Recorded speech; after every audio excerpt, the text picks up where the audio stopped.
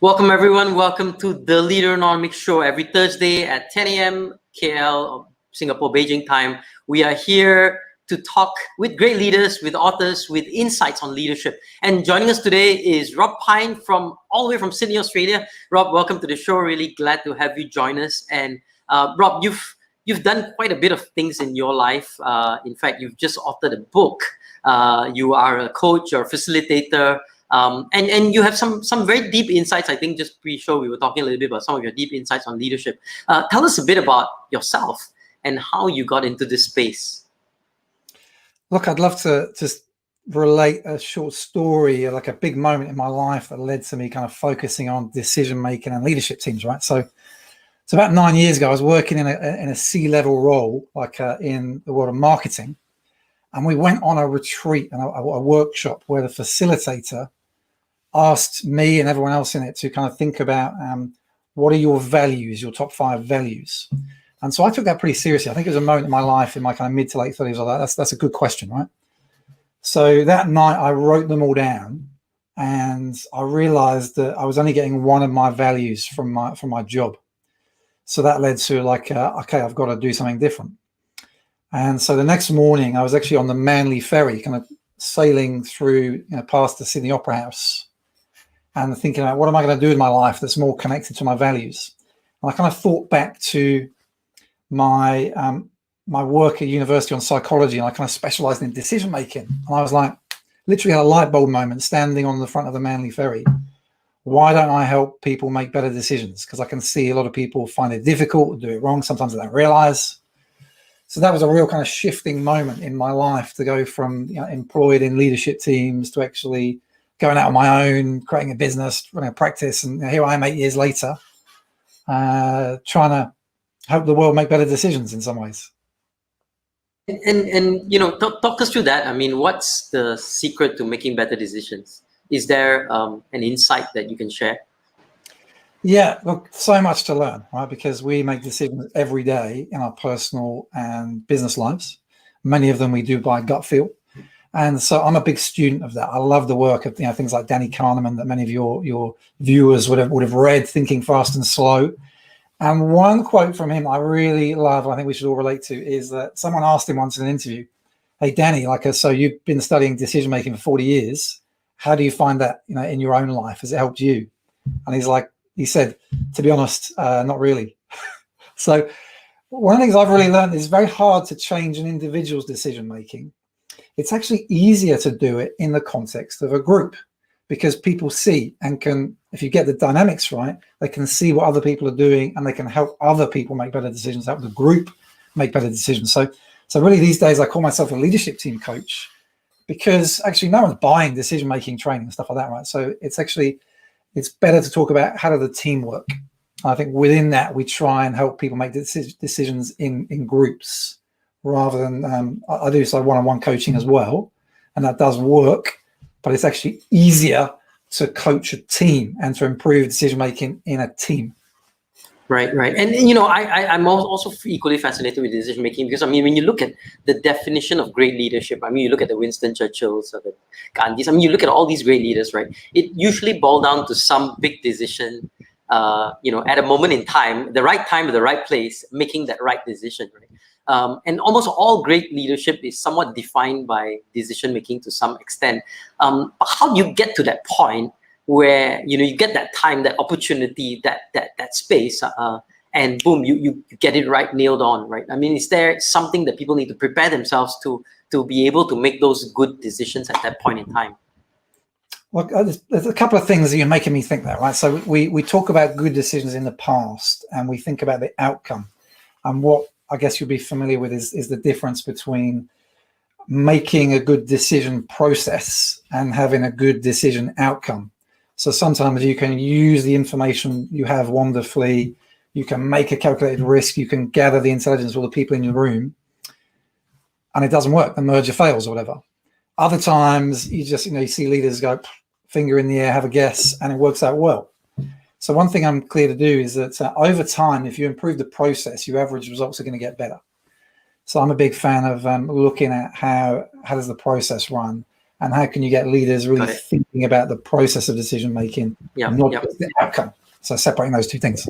No, that makes a lot of sense. And you wrote a book, Unlock, one of the things I think you talk a lot about in your book is that this book is really Unlock, leveraging the hidden intelligence in your leadership team, right? Yeah. And I think it's related to the points that you're making. So tell us a bit about the story behind the book, and if you could, some of the insights from this book, if possible. Happy to. Yeah, look, so over the last 8 years, since I was on the front of the Manly Ferry and I've built a business working with leadership teams, right, I noticed a few things. Number one, right, that if you look on Amazon or you're kind of wherever you buy books and you search for teams, right, you're going to find on Amazon there are more than 60,000 books that you could buy on teams, right? And then if you look at leadership, you get the same number. Like it actually kind of stops at 60,000. It says 60,000 plus, right? So probably millions, right? Millions, right? If you then put those two things together, like a little Venn diagram version, and how many books do you reckon there are around leadership teams? And the answer was 4. And I'm like, what? What is this? Because in my observation, leadership teams are quite different to other teams. And leading in a team is a little bit different to other types of leadership. So I thought that was a bit of a gap in the market. And through using my experience and research and knowledge, I wanted to put together a little bit of a practical guide just for leadership teams. Literally, there's just a huge gap in the market. And we see there's some research coming out of the US that say that when investors are looking to invest in a company, after they've looked at the balance sheet and the cash flow and the P&L, the biggest thing they look at is the quality of the leadership team.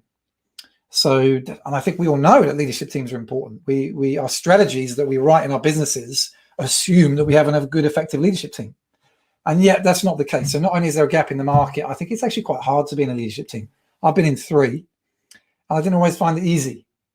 So I'm trying to help people adapt to the leadership team. I'm trying to help people understand that it's a bit different and give them the tools and techniques from my experience of making leadership teams work a bit better. And your book, I guess you can, for those who are looking for the book, Unlock, you can get it at robpyne.online. And just to kind of share, the book is like this, right? I mean, this the copy of the book. And hidden intelligence in your leadership team. Rob, one thing I think that's very interesting as you speak about this is, you keep talking about leadership not being a solo performance, that it keeps being a team performance. But yet, many times the world kind of has this image that it's kind of a solo thing.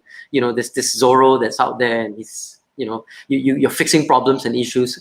And I can understand when you're saying, it's a process, but what other insights can you give us to kind of help us to see that, it really is not a solo performance? So I think you could take a historical perspective, right? Which is to say that back in the late 19th century, when people thought about leadership, they thought about the personality of great leaders. And there was a personality model, right? And it was... and then you can move through kind of phases of how the Western world at least has thought about leadership. And, you go through models where it's more transformational or transactional, about the value exchange between the employee and the leader and all this sort of stuff. And then you pop out the other end in the 21st century, talking about systems thinking and what leadership means in a systems thinking environment and the role of leader as creating the environment for all of the areas of your business to succeed and come together, right? So I think we've got to challenge this 19th century model of leader as hero, the military analogies, leading from the front, command the control, needing to have all the answers, because business has become a lot more complicated. And that's true. I don't think you can lead a company on your own without using the smarts of the people around you. Yep. And it's part of what you talk and write about is about this intelligence that happens in a team, and you talk about 3 types of intelligence that the team needs to have to succeed. Well, what are these, and talk us through that a little bit. Yeah, look, I'll give you a little personal anecdote around that, right? So I've got this friend who I'll call Steve that I write about a little bit in the book, and Steve is a very, very intelligent man, like fantastic degrees from big universities and all that. And yet Steve's life doesn't always flow smoothly, like whether it's financially or relationships or stuff like that.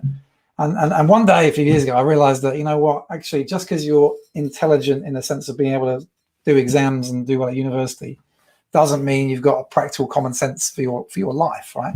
And this started me on a journey of thinking about the different types of intelligence we all have. So, for example, we all know about emotional intelligence. We know about IQ. And I like to add a third type of intelligence called practical intelligence, which is, when it comes to leaders or leadership teams, is how good are you actually turning your ideas into robust execution and plans and roadmaps and things like that, right? So kind of from that insight about the different types of intelligence, I do measure and I work with leadership teams on the relationships and the EQ of your team, on the IQ and your ability to solve tough problems, decision making, and on your PQ or practical intelligence and ability to turn that into real traction. And I find leadership teams have challenges at each of those areas that you can diagnose and treat and measure over time. So I'm taking, like, my background as a scientific psychologist leads me to try and build in the research and the evidence and the science to track this over time, as well as the kind of more people-centered stuff of just helping leadership teams enjoy and feel like they're part of a great leadership team. Thanks, Rob. And you know, I've not heard of PQ before, but so that's very, very interesting and insightful. I did make that one up. I did make that one up. You did make, I've heard of like a whole bunch of AQ. I think is adversity quotient and a whole bunch of other things, but PQ is interesting. And I think it's true, right? I mean, ultimately, it's all about execution. It's all about the practical aspects of everything that we do. You know, one of the things that we always struggle with as leaders is to really be able to provide proper feedback, to be able to assess your team's performance and be able to enable them to get to the next level. So how do we do that, right, as leaders, to properly assess your team's performance and get there?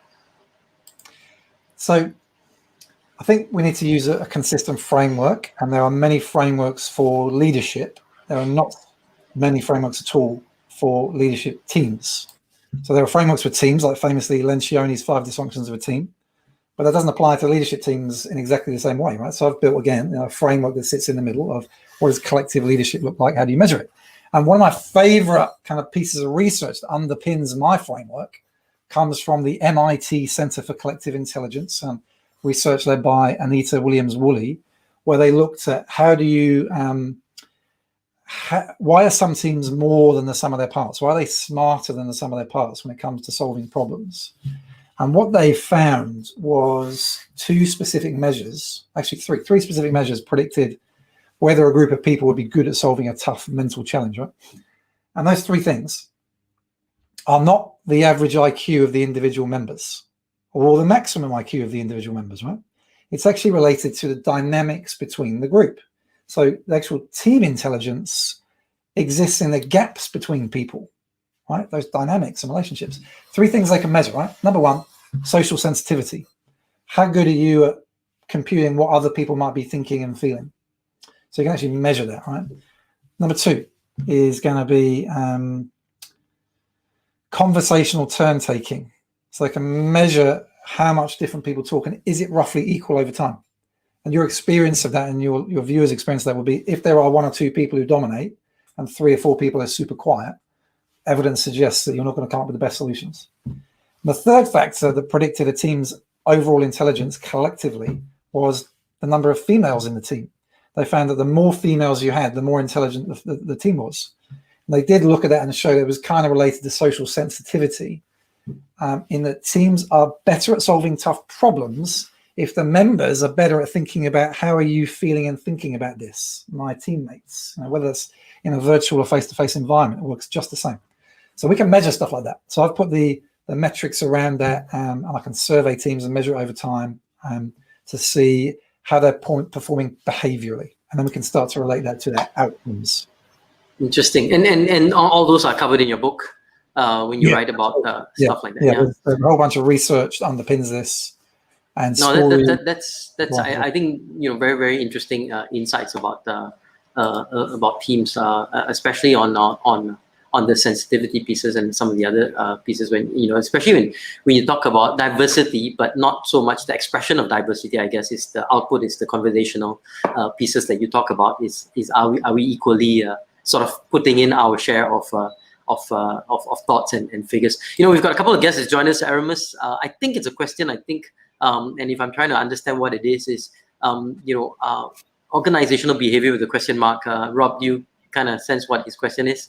If not, Aramis, can you kind of tell us a little bit more about your questions? Miaoyi's joined us, and I think there's a question here: how much does luck play a role when you make a decision? Because it's so much has to do with timing.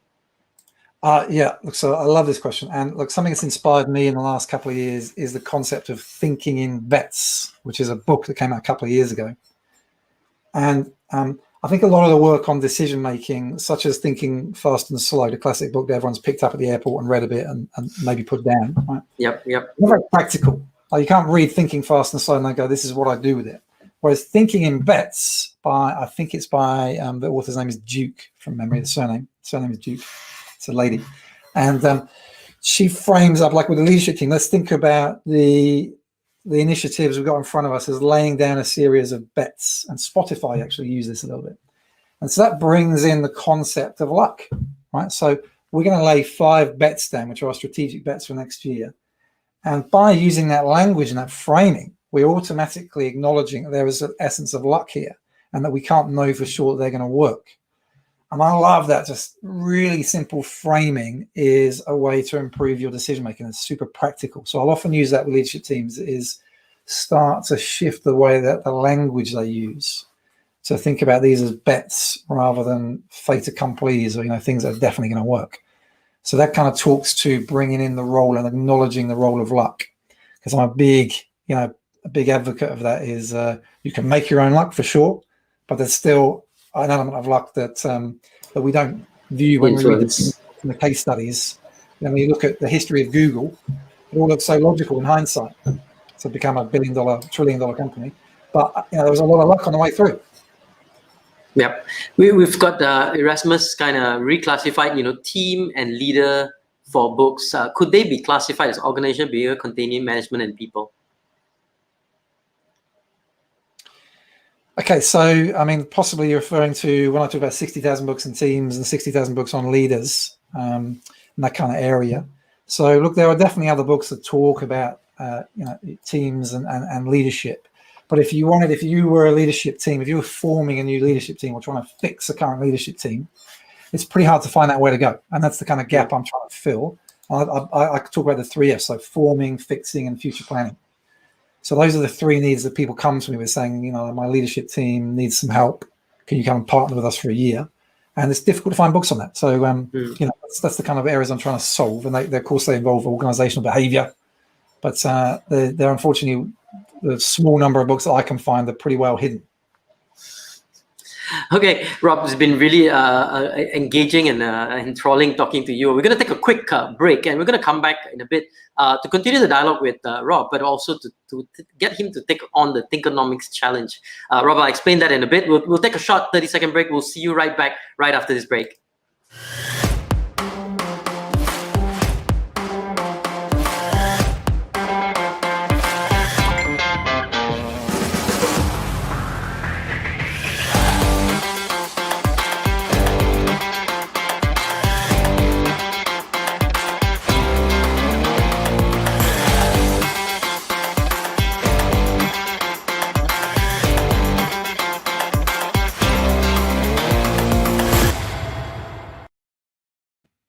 Welcome back to the Leaderonomics Show. I'm here with Rob Pyne, and for those of you who haven't got your own personalized learning tool, check out Nicole.app.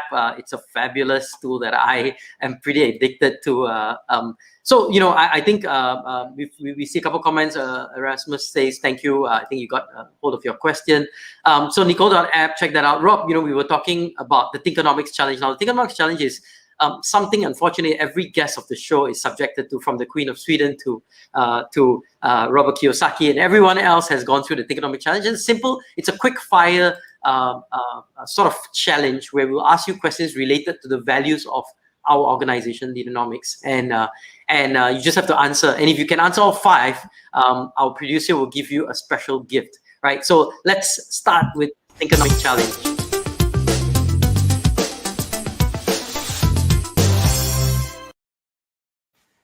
All right, Rob, are we ready for the Thinkonomics challenge? And here is the challenge. I'm going to give you specific questions and you have to answer them as fast as possible. And we'll try and do this whole round within about 2.5 minutes. So question number 1, Rob, dang, like I don't have drum rolls, but would you rather be a worried genius or a joyful simpleton? Joyful simpleton, because you wouldn't know what you were missing. Being a worried genius, not very useful. All right. And that's good. Would you break the law to save the loved one? I'd break the world to save a loved one. Great answer. Joy can be found with simple awareness. What is your joy? Look, surfing, being in the water, just trying to, when you surf, you float off the edge of the continent, looking back, and all your worries seem to slip away. Disappear. The only downside is sometimes I end up humming crazy songs like Kylie Minogue songs in my head. And I do that, but people kind of connect to the water. All right, 2 more to go. That's 3 down, 2 more to go. Well done, Rob, so far. What would you have to do to build a just, free, and caring world? Look, I think wars happen because of tit for tat and people misunderstanding other people's intention, overreacting and escalating.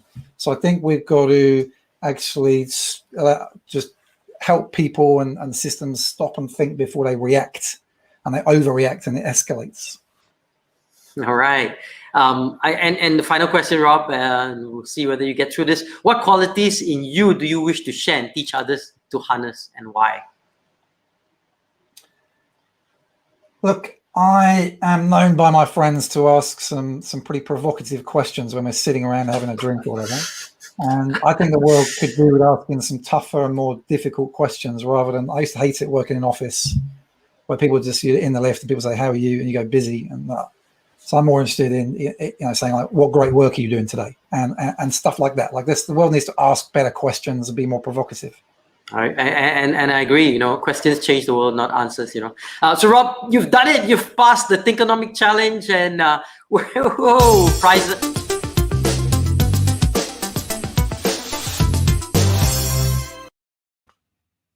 Welcome back, and Rob's just gone through the Thinkonomic challenge. And Rob, we've got a couple more questions, and I think you spoke about that crucible moment in your life.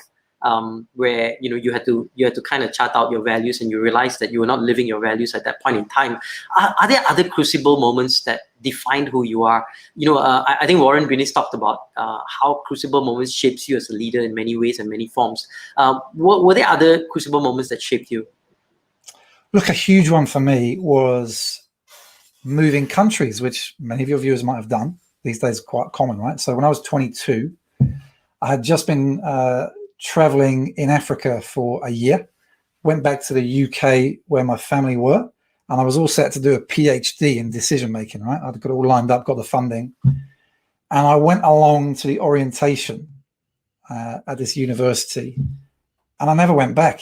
I just was like, this is not for me. And I went home, and I was like, this doesn't feel right. And I thought about like, what do I want to do in my life next? And I brought it down to 2 criteria. Number 1, I want to surf more because I'd learned to surf when I was traveling.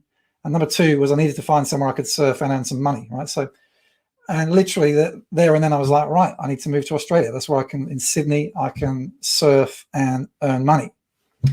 So that was a crucible moment. 6 weeks later, arrived in Australia. I've been here 23 years, been one of the best decisions of my life. And I'll come back to like outcome versus process. I was very lucky that it worked out well for me. But the process is quite interesting, is when you boil things down to a smaller number of criteria, you actually tend to make better decisions. But the key here for your viewers is you need to think kind of like, what are all the criteria I might think about? And then which 2 or 3 are most important? We don't just go to the first 2 or 3 criteria. We go broad, then we go, right, it's about these 3 things. Then we make a decision. And I could come back to then, after my moment on the front of the ferry, I worked out I need to quit my job. And then my realization, maybe I need to help people make better decisions. I boiled it down to like, so what's going to suit my strengths, meet my values, and pay my mortgage? And I put some options on the table. So I call that clever criteria. So through those couple of crucible moments, I reflected the process was about thinking broad, narrowing it down to important criteria, and then having a few different options to compare. So classic decision-making stuff, but I'm proud of the process as well as the outcome on both of those.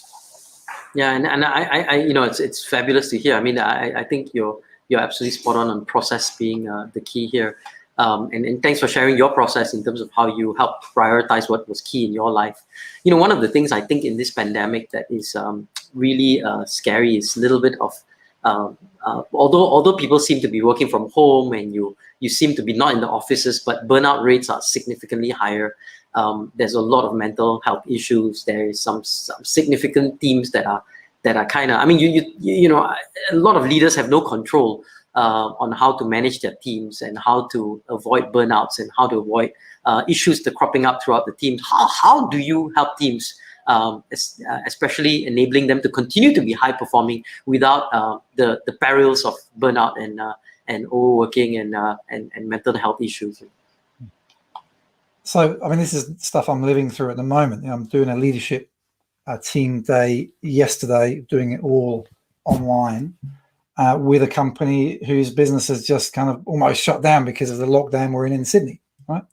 And so you could expect them to be quite burned out and etc. So I prepared a day for them that involved a lot of thinking about managing their mental energy through the day. And what happened?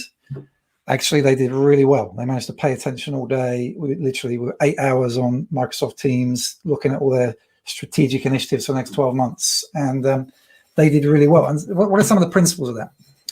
The principles are, when we think about the emotional intelligence of your team, one of the things I'm going to look at is what I call checking or taking the emotional temperature. So we need to stop occasionally and just take that time to check in with people and say, how are you doing? How are you feeling? How's this going for you? So towards the end of 2020, for example, I did an exercise with a lot of leadership teams where I'd talk about high points, low points, and turning points. And I'd have people think for a while and then share with their leadership team colleagues, like, how had the pandemic been for them over the last year? And most of the time, we'd have someone who would get quite emotional, a bit teary, and share with their colleague and be vulnerable. And I think that's part of it, is you've got to build a leadership team where you can share that stuff. I think the best leadership teams do that. They know kind of what people are feeling and what they're going through in their life. And it sounds a bit warm and fuzzy, but I can actually talk to the evidence that tells you that's going to make your team better, more resilient, and feel supported. So yesterday, the way we did that was just some 5-minute check-ins. We'd send them off in pairs, get off the call, have a chat on the phone, and ask a question like, how are you really? And just a simple question like that, not how are you, but how are you really? Promote just a check-in moment, a feeling of connection and support. And we need to do that every week. And you need to take time off, what I call take time off the racetrack every 3 months to do it really thoroughly. So taking the emotional temperature, taking the time to connect is absolutely crucial. Yeah, nice. And I like that high point, low point, turning point as a reflection that we can all kind of take and do that. I think you mentioned at some point in time there are some hidden signs of underperforming teams. Can you share some of those signs of what these hidden signs are and what we can do about it? Yeah. And this is when I get called in, when someone in a leadership position notices that they're just not happy about something with their team. So what are the things they're going to notice? Now, number one is going to be, if you're the leader of that team, you're probably starting to get a little bit frustrated with some people's contribution. So often it will be person B and C just don't say anything in a leadership team meeting.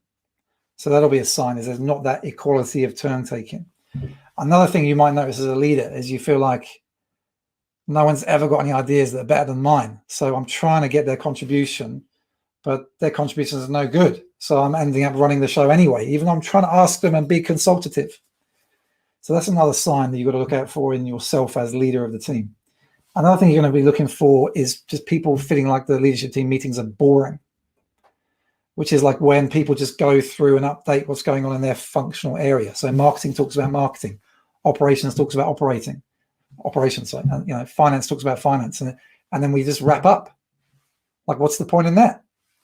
So if it's boring, if it's frustrating, if people aren't talking, these are some of the visceral, real things that people see. And obviously there's more science behind that I can measure, but that's what you might notice is boring, frustrating, just feelings like that are going to be right. That's not how it should feel. Ideally, you should walk away from your leadership team meetings feeling invigorated, inspired, like your teams come up with things you Pumped couldn't up, have done. So, but how I mean, when you see signs like that, what do you do? I mean, how would you rectify it? Because a lot of, I mean, it's almost like, many leaders get into this cycle and this is how things are, and you kind of just go through the motions. And, when you try to say, let's rectify it, it becomes tedious, and it becomes challenging. And then you kind of just accept and things are somewhat working, not necessarily well, but you just kind of go through the motions. How does the leader come to that point and say, no, I've got to make the changes, and how do you ring in those changes? It's pretty simple when it boils down to it, but you have to be open to, are we going to fix this team? And is this team a bit broken? So once you've identified that, then the solution is really, it comes from the fact that oftentimes the 7 people in your leadership team aren't actually aligned on what this leadership team is for, how we're supposed to act, and who we're supposed to be helping, right? So you end up with these really boring meetings because people are expecting different things. They end up really operational. So the foundation, I call this like building the emotional foundations of your team, is actually just asking the group, why do you exist as a team? And the way I frame that, that's a bit kind of obscure, obtuse question. I actually ask, can you write down all the groups of stakeholders that this leadership team serves? So shareholders, fine. The staff, yep. Customers, partners, yourselves. And then we talk about, well, what impact are you having? What value are you creating for each of those groups? And that's the start of a really good conversation where we actually align on what this leadership team is for. And then we kind of ladder that through in a half-day conversation or 2-hour conversation into, so what do your meetings need to look like if you're going to deliver that kind of value? And that's the starting point, is just getting up online. Because when people move from, let's say I was like the head of product marketing and I get promoted to chief marketing officer, and that gives me a seat at the leadership team table. Yep. There's quite a lot of different behaviors you need to adopt. There's quite a lot of different types of people you need to work with. And you don't even know, no one tells you, right? Here's a guide to what the leadership team is for and how to act. I see it time and time again. People take 6 months or more to really find their straps and get productive. So we've got to help the group align on what this thing is. Well, it sounds really simple. You can do it in 2 or 3 hours. That's going to build your foundations. And from there, you can build the other elements of intelligence on top of that. But it starts with aligning on what the expectations for how we act and what we're here for. Fantastic. And Rob, you write quite a bit. So one of the articles that Rob has written for Leaderonomics.com, if you go there and you can go to the bit.ly, and it's the behaviors of emotionally intelligent teams. Again, for those of you who just joined us, Rob has written a book called Unlock, and you can get it at robpyne.online. I think Rob talked a lot about the characteristics of high performance teams today. And again, Rob, thank you so much for some of your deep insights that you've given to us on that. We've got for those of you who have any questions for Rob, shoot them in the comment section and we'll get them answered by Rob. Welcome back to the Leaderonomics Show. We're talking to Rob Pyne, author, facilitator, leadership coach, and someone who spent a significant amount of time looking at the decision-making space and understanding how decision-making works in leadership. Rob, thank you so much. For those who missed it, Rob's written a number of articles. You can check some of that out on Leaderonomics.com. There's a couple of other call-outs. Choose Your Leadership Styles, a new article by Rawls. There's also another one written by I believe Jim Tennant, the 4 tenets of leadership, and another one by Pratibha on high performance team that you can check out. So thanks again, Rob. I want to close this out by getting your sense of some advice, right? Because when you look at leadership, it's not something very simple, and it's not something that is. I mean, it is simple, yet it's something hard when we go about doing it. So what advice would you give to leaders that are seeking to create successful teams that are high performing and that are able to scale and grow and drive the business forward? What sort of advice would you leave them with? The one that comes to mind is something that really shifted my thinking in my 30s, which was from a book and a TED talk by Catherine Schultz called On Being Wrong. on being wrong. And this was a wonderful eye-opening thing about the power of getting things wrong, sometimes deliberately, sometimes accidentally, and really celebrating that. And my wonderful wife has taught me a lot about me being wrong and her being right. And I say that in the sense of I've really come to learn that I may not be right about things. And I see that in teams as well, is that I think as leader, it comes from like also the humility that maybe a Jim Collins talks about in level 5 leadership, like the combination of humility and fierce resolve.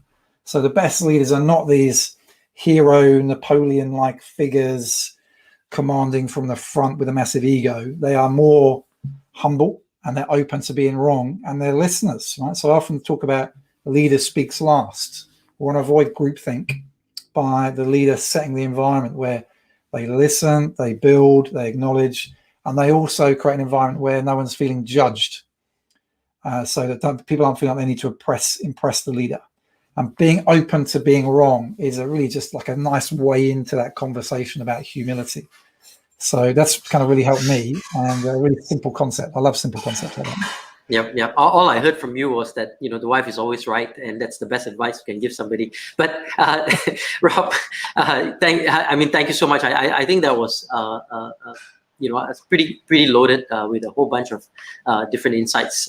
In that final statement. As we wrap up today, I think one of the struggles. I think I'd like to ask if you can have any input on this. One of the struggles is for a lot of young professionals or young graduates that are coming out into the workplace. It's a very challenging environment for them. One is to figure out what their passion is, like you did. And prioritize and be clear that this is what I want to do and this is what my life is about, and then be able to do that. But also be able to look at the environment that we are in at this point in time, where there may not be as many openings or jobs or even opportunities to be able to live out your dreams as you would think, like in terms of the traveling in this state where it's so many lockdowns and so many other things. I mean, what sort of advice would you give to a young person that's coming out of university or just graduating or wanting to build a name for themselves or grow themselves in their career at this point in time? Two thoughts. The first thought that helped me was to really try and create your own career, and forge your own path, not just wait for the phone to call. Like a lot of people in the marketing industry that I used to work in, they plug away at a job until a recruiter calls and they go, oh yeah, maybe. What kind of way is that to navigate your life? So a lot of people do that, but I say, look, take control. And a book that inspired me is called What Color is Your Parachute, which uses a model similar to the kind of Japanese ikigai, where you look at, what are my values? What are my strengths? What would the world pay for? What does the world need? And I find that kind of exercise super interesting to kind of try and create your own world. I think about like, what is my ideal day? I try and create that. I've been lucky enough to get pretty close to creating that, right? That's one part of the advice. The other part of the advice that my dad gave me is like, it is about who you know. So my business has actually flourished because of the people I know, right? I don't do ads on Google and Facebook. I have a good network. And that did take me, 17 years of working in the corporate kind of marketing to collect those wonderful connections and relationships.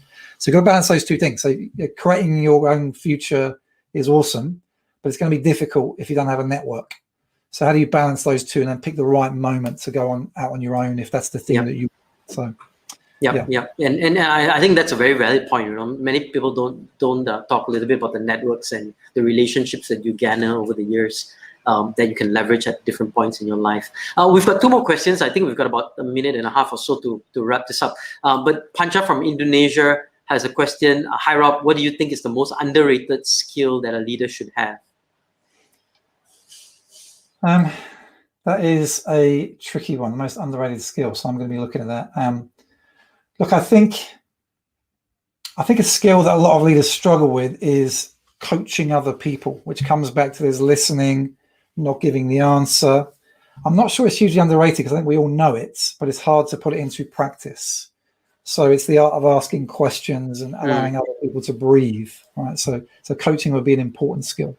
Yep. No, and I agree. I mean, I think you made that point, right, about how important questions are, versus get answers. One more question from another person in Indonesia, Nadira, who says, thanks for sharing about your book. I just want to ask about how to help others when they are burning out if you don't necessarily have a close relationship with them. Of course, there's a lot in that question, because like, why do you have a close relationship with them? Why are you trying to help them if you don't have a close relationship with them? Do you need a close relationship before you help them with that? So it's a bit hard to answer without knowing the exact relationship, but you do need a little bit of trust to do that. And trust, the work of Paul Zak tells us that trust comes from vulnerability loops, where I give a bit of vulnerability to you, like I share something with you that's a little bit private, and you signal that you respect me for that, and then I build trust with you, and it kind of goes in a loop. So that's something you can do, though, is you try and be a bit vulnerable with them and share how you're feeling before trying to go into solution mode with them. So I would kind of caution you not to jump straight into solution mode. Either just go and listen to them, or try and build a relationship and some trust loop first, because it's annoying when people come in and try and solve your problems without listening to you.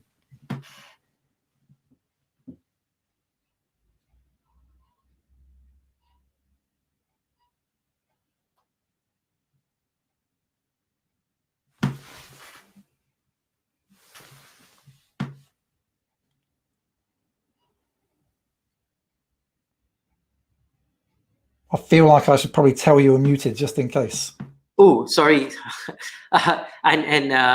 know, it's sorry about that. I was talking to myself for a bit, Rob. So, you know, Rob, thank you so much. We've been talking to Rob Pyne, leadership coach, facilitator, #1 best-selling author of Unlock Leveraging the Hidden Intelligence in Your Leadership Team. Rob, it's been an absolute pleasure having you on our show, and you know, we'd love to have you back with us, you know, to talk a little bit more. And for those who don't know, you can get the book that Rob has just written, and that's Unlock Leveraging the Hidden Intelligence in Your Leadership Team, and you can get it from robpyne.online. So get your copy there, robpyne.online. Rob, thank you again for being with us on this show. You know, we've had a ton of guests on this show, from Randy Zuckerberg, from who was Mark Zuckerberg's sister, starting Facebook together, to others. Like the bald-headed referee Pierluigi Collina, and Robert Kiyosaki, Ramcharan, and many others. And if you would like, feel free to go on YouTube, type Leaderonomics Show, and you'll be able to get access to all these shows. Rob, thank you for being there. Thank you for participating and taking on the Thinkonomics Challenge and succeeding. And we'll get you your prize in a bit. You know, many of our guests are saying thank you, Rob. From Nadira, we have Jeff Chia, who's saying good sharing, Rob. And I think the comments, keep those comments coming in. And Rob, we really appreciate your time. So we'll catch up again next week, same time, same place, the Leaderonomics Show, every Thursday at 10 a.m. Singapore, Malaysia, and Beijing time. Have a great time, everyone. All the best, and goodbye at this point in time.